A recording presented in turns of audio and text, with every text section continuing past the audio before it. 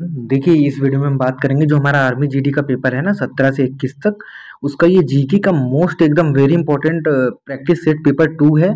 इसके पहले हमने एक पेपर कर दिया है। इसमें जीके के रहेंगे तो 15 क्वेश्चन, लेकिन 15 से मैं आपको 150 से भी ज़्यादा क्वेश्चन करवाऊंगा, तो परेशान नहीं होना है। बस आपको शर्त क्या है, 20 से 25 मिनट लगेंगे इस वीडियो में, मतलब मैक्सिमम आधे घंटे, उसमें आप इतने क्वेश्चन कर लोगे। ठीक है, आपको वीडियो लास्ट तक देखना है, एक एक चीज को नोट करना है। इसकी पीडीएफ आपको कहाँ मिलेगी, मैं आपको क्वेश्चंस की क्वालिटी दिखा देता हूँ। देखिए, सारी चीजें हम करेंगे, एक एक डिटेल करेंगे हर एक क्वेश्चन का। ठीक है, तो बिल्कुल परेशान नहीं होना। पीडीएफ आपको कब मिलेगी, जब इस वीडियो में 100 से भी ज्यादा लाइक्स हो जाएंगे, तब 100 प्लस लाइक्स हो जाएंगे तो आपको पीडीएफ हमारे टेलीग्राम चैनल पे, इंडियन रोजगार नाम से टेलीग्राम चैनल है, वहां पे मिल जाएगी। ठीक है, स्टार्ट करें वीडियो को, चलिए शुरू करते हैं। और आपको क्या करना है, लाइक और शेयर करना है और चैनल को सब्सक्राइब करना है, और अपने फ्रेंड्स के साथ, जितने भी आपके आर्मी वाले दोस्त हैं, सबके साथ आपको ये शेयर करना है। ठीक है, चलिए पहला क्वेश्चन देखते हैं क्या है। पहला क्वेश्चन है हमारा कि नासिक किस नदी के किनारे स्थित है, गंगा, यमुना, गोदावरी या तो फिर हुगली। तो जो नासिक है हमारा महाराष्ट्र में है, और ये है हमारा गोदावरी के किनारे। किसके किनारे है, गोदावरी नदी के किनारे। ठीक है, कोई दिक्कत। अगर हम बात करें और अपने सिटीज के बारे में, जैसे ये देखिए मैंने लिखा हुआ है यहाँ पर, और सिटीज के बारे में बात करें, कानपुर हमारा कहाँ स्थित है, कानपुर है हमारा गंगा नदी के किनारे। ठीक है, तो यहाँ पे आपको लिख लेना है गंगा, ये आपको पीडीएफ मिल जाएगा लिखा हुआ, कोई दिक्कत नहीं है। अहमदाबाद किस नदी के किनारे है, अहमदाबाद है हमारा साबरमती नदी के किनारे। किसके किनारे है, साबरमती। अयोध्या सरयू नदी के किनारे है। कोलकाता हुगली नदी के किनारे है। ठीक है, गुवाहाटी किस नदी के किनारे है, तो गुवाहाटी है हमारा ब्रह्मपुत्र नदी के किनारे। किसके किनारे है, ब्रह्मपुत्र। ठीक है, ब्रह्मपुत्र नदी के किनारे। हैदराबाद किसके, मूसी रिवर के किनारे, मूसी। श्रीनगर किसके किनारे है, तो श्रीनगर है झेलम नदी के किनारे। किसके किनारे है, झेलम। सूरत, तापी। नासिक तो बता दिया। उज्जैन किस नदी के किनारे है, तो उज्जैन है शिप्रा नदी के किनारे। ठीक है, इस तरह से आपको इतनी चीजें इस वीडियो में इस क्वेश्चन से याद हो गई। आपको 10 पॉइंट मैंने आपको बता दिए। ठीक है, एक क्वेश्चन से आपको 10 मिनिमम मिलेंगे। ठीक है, तो आपको वीडियो को लास्ट तक देखना है। चलिए नेक्स्ट क्वेश्चन की ओर बढ़ते हैं। अगला क्वेश्चन है कि www का फुल फॉर्म क्या होता है, तो www का जो फुल फॉर्म होता है वो होता है हमारा option number C, world wide web. ठीक है, क्या होता है, वर्ल्ड वाइड वेब होता है। अब और इंपॉर्टेंट जो हमारे फुल फॉर्म थे उनको हम देख लेते हैं।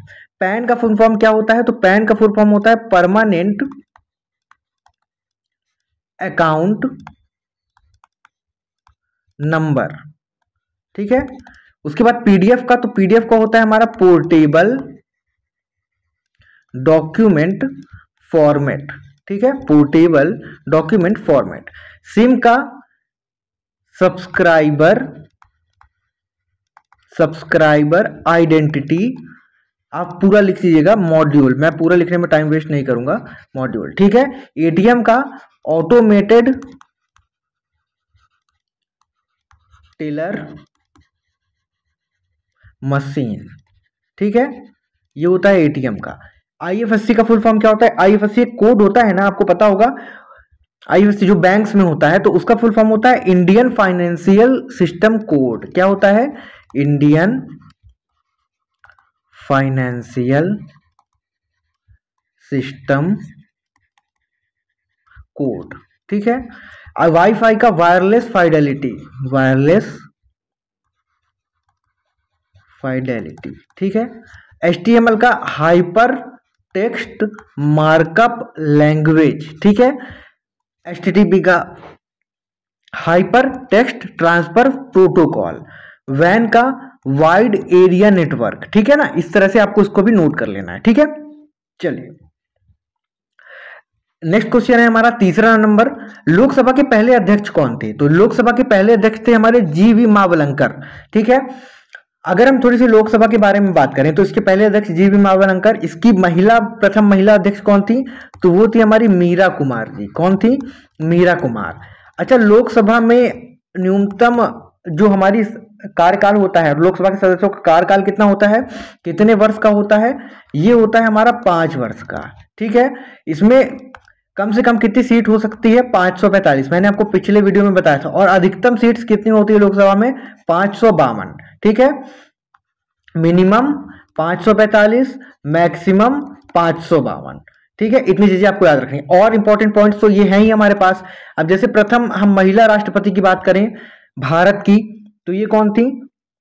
प्रथम महिला राष्ट्रपति आपको तो पता ही होगा, प्रतिभा पाटिल। कौन थी?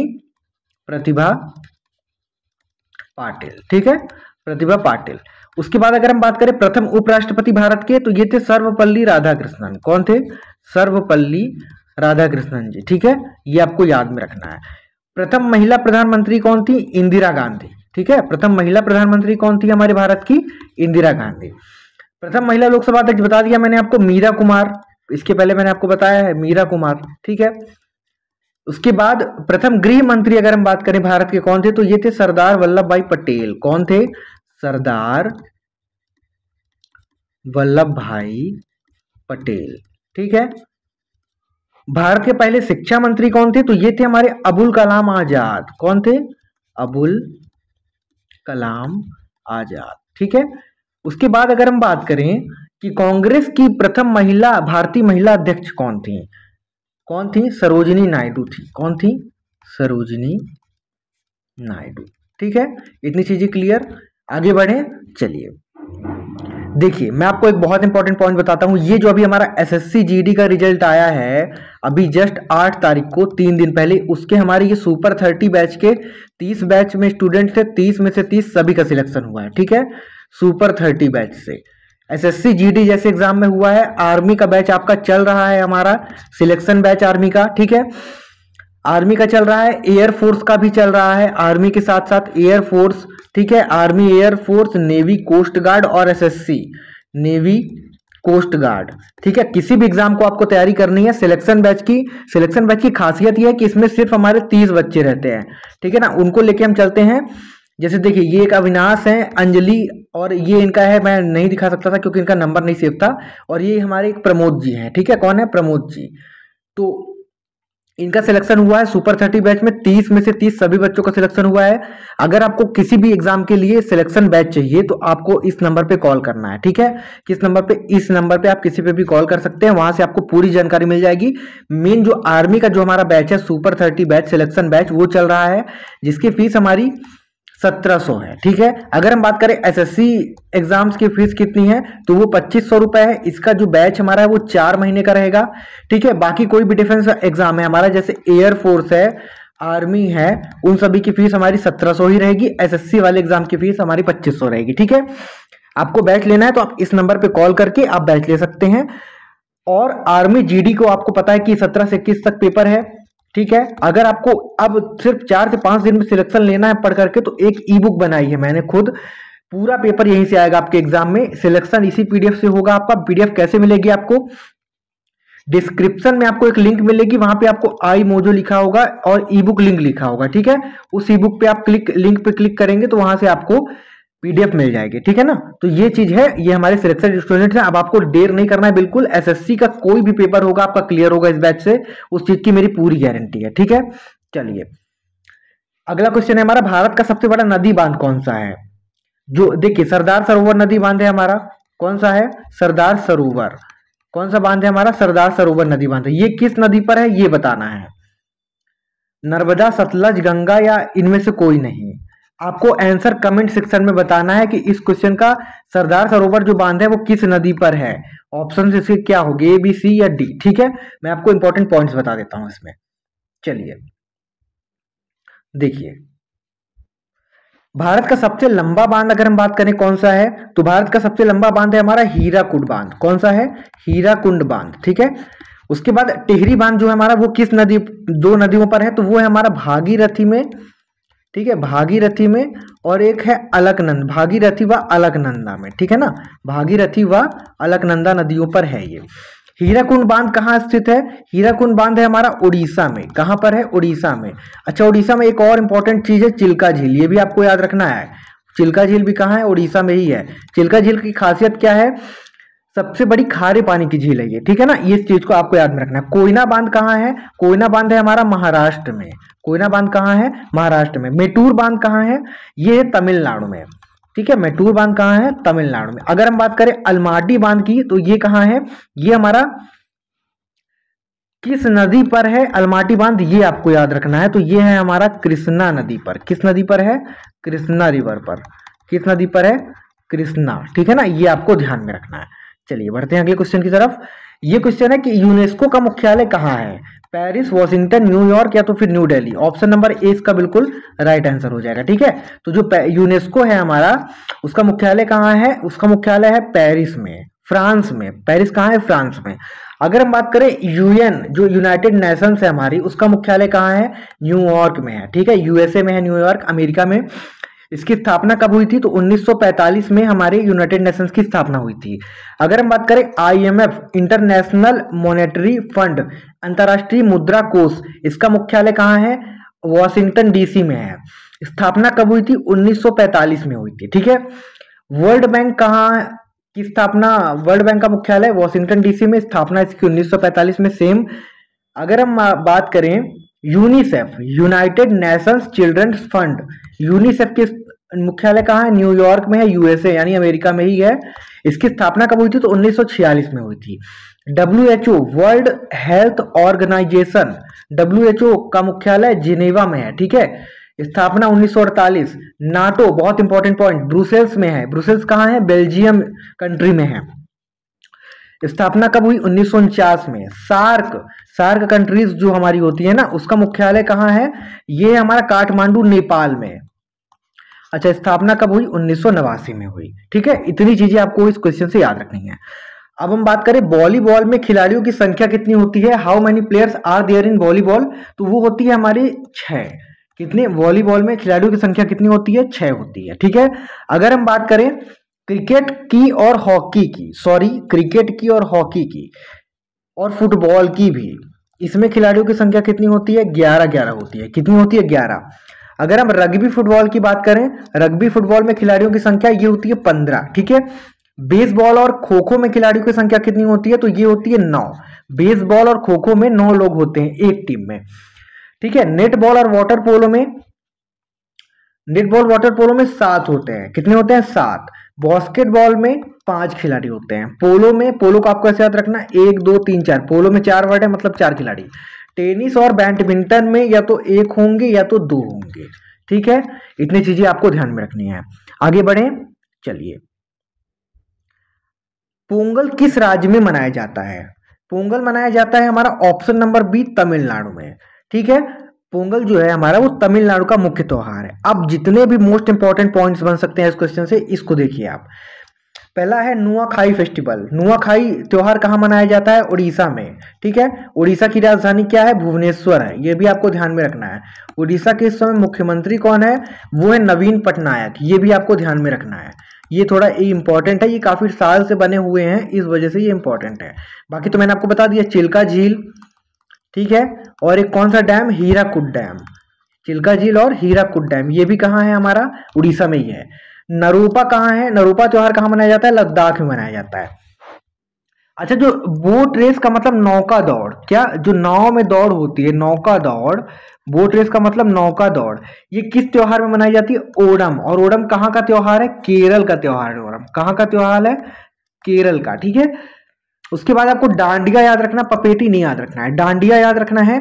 डांडिया गुजरात का, ओणम बता दिया मैंने केरल का। पुष्कर मेला, पुष्कर फेयर का मतलब क्या? पुष्कर मेला कहाँ मनाया जाता है, ये हमें बताना है। तो पुष्कर मेला हमारा मनाया जाता है राजस्थान में, ठीक है। पोंगल तो देख ही लिया।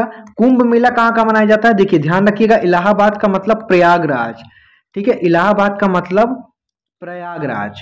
हरिद्वार, नासिक और उज्जैन, 4 जगह में हमारा कुंभ मेला मनाया जाता है 12 वर्ष में एक बार, ठीक है।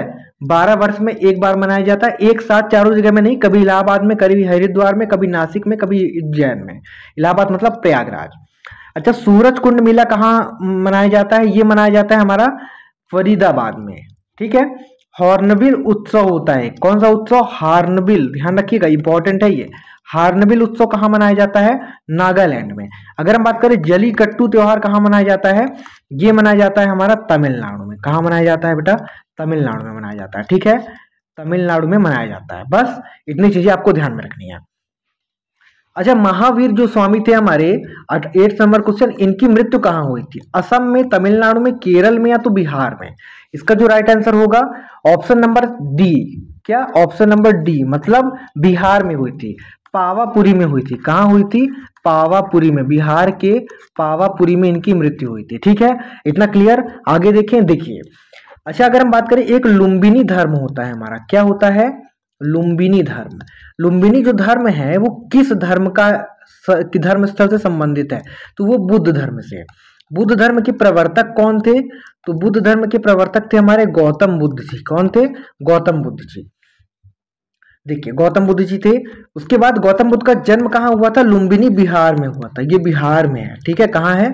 बिहार में। अच्छा, गौतम बुद्ध का जन्म का नाम क्या था? बचपन का नाम क्या था? तो उनका बचपन का नाम था, बचपन का यानी वास्तविक या तो बचपन, दोनों इसको कहेंगे। ठीक है ना? तो ये था हमारा सिद्धार्थ। अच्छा, ज्ञान की प्राप्ति इनको कहाँ हुई थी? गया में। ये भी बिहार में ही है, गया। ठीक है। अगर हम बात करें कि बुद्ध ने अपना पहला उपदेश कहाँ दिया था, तो ये दिया था सारनाथ में। ये भी बिहार में ही है। ठीक है, इतनी चीजें क्लियर।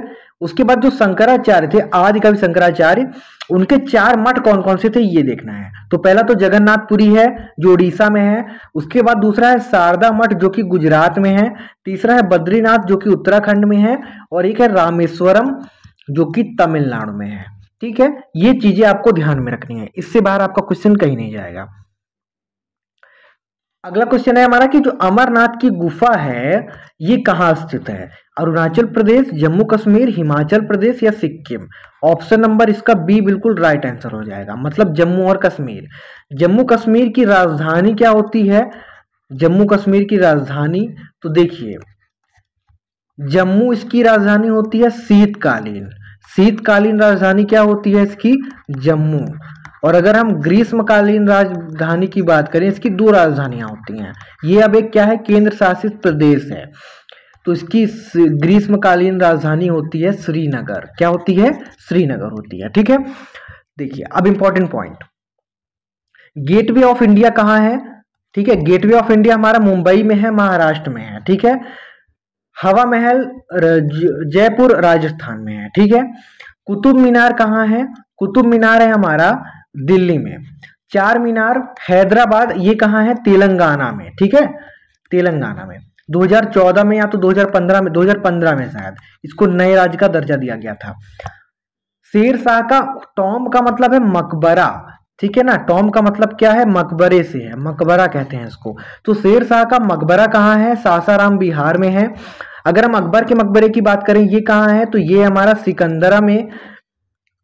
जहांगीर के मकबरा की बात करें तो ये लाहौर पाकिस्तान में है, लाहौर पाकिस्तान में है। ठीक है ना, पाकिस्तान में। ठीक है, उसके बाद अगर हम बात करें बीबी का मकबरा कहाँ है? औरंगाबाद में है ये। ठीक है, गोलकुंडा फोर्ट यानी गोलकुंडा किला कहाँ है? गोलकुंडा किला ये है हमारा हैदराबाद में। खजुराहो कहाँ है? मध्य प्रदेश में है। अजंता की गुफाएं कहाँ है?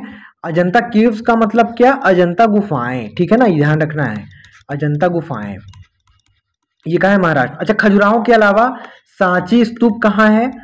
सांची स्तूप ये भी हमारा एमपी में ही है, मध्य प्रदेश में है। ठीक है, मध्य प्रदेश में है। ठीक है, खजुराहो हो गया, सांची हो गया, और एक होता है कोई कौन सी गुफाएं होती है? अजंता, एलोरा। एलोरा की गुफाएं महाराष्ट्र में है।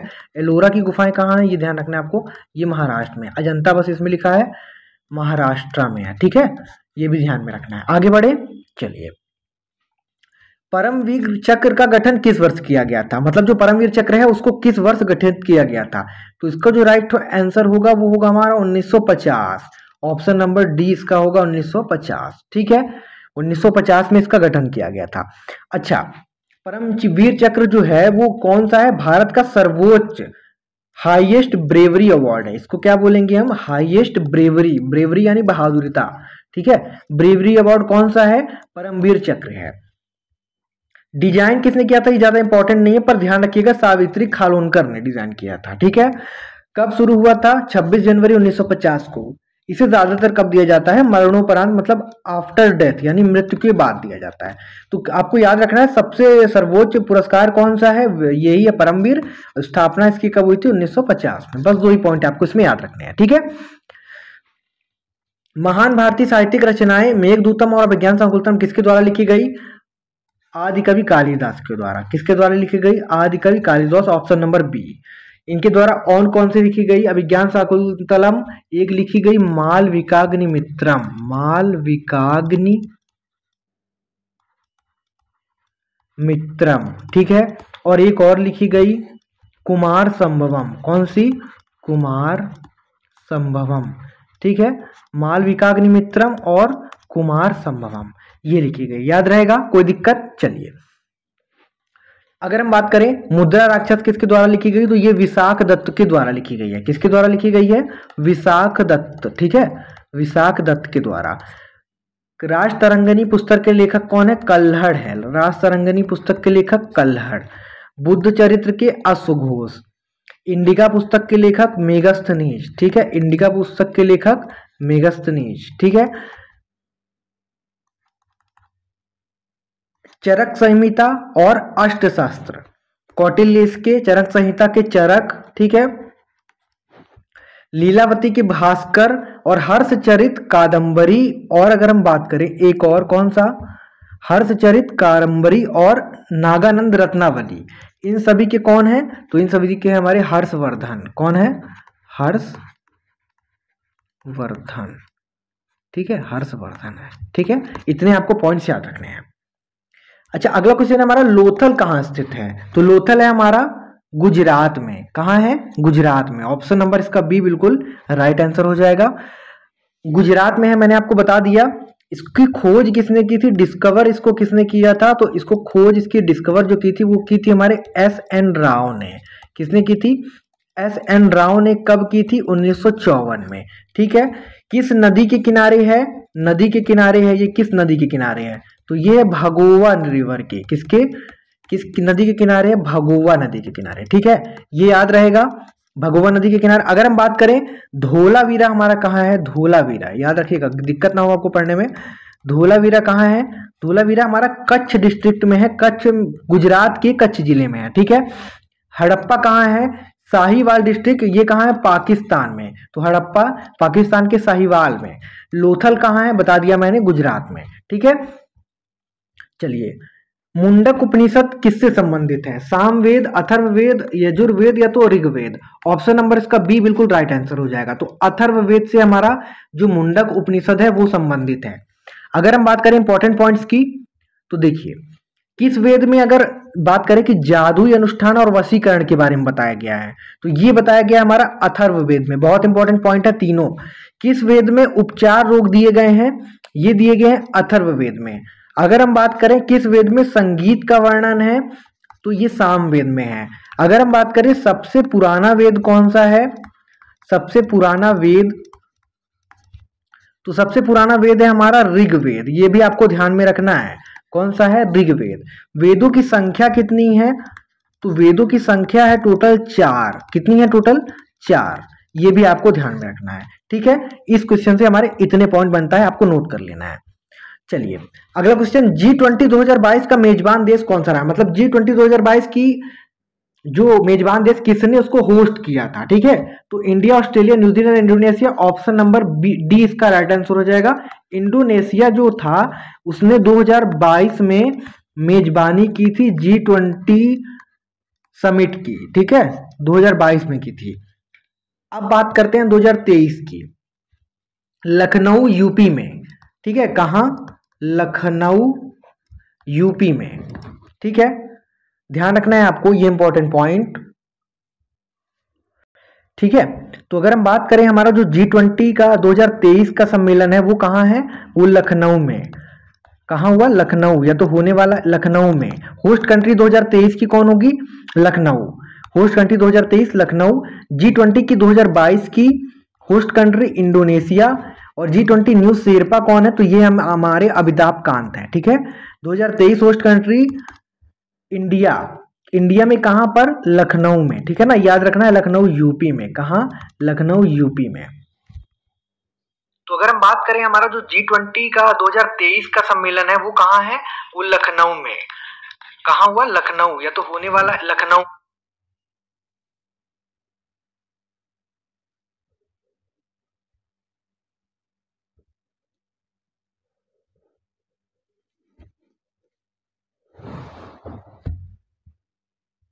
ठीक है, और न्यू शेरपा हमारे हो जाएंगे अमिताभ कांत।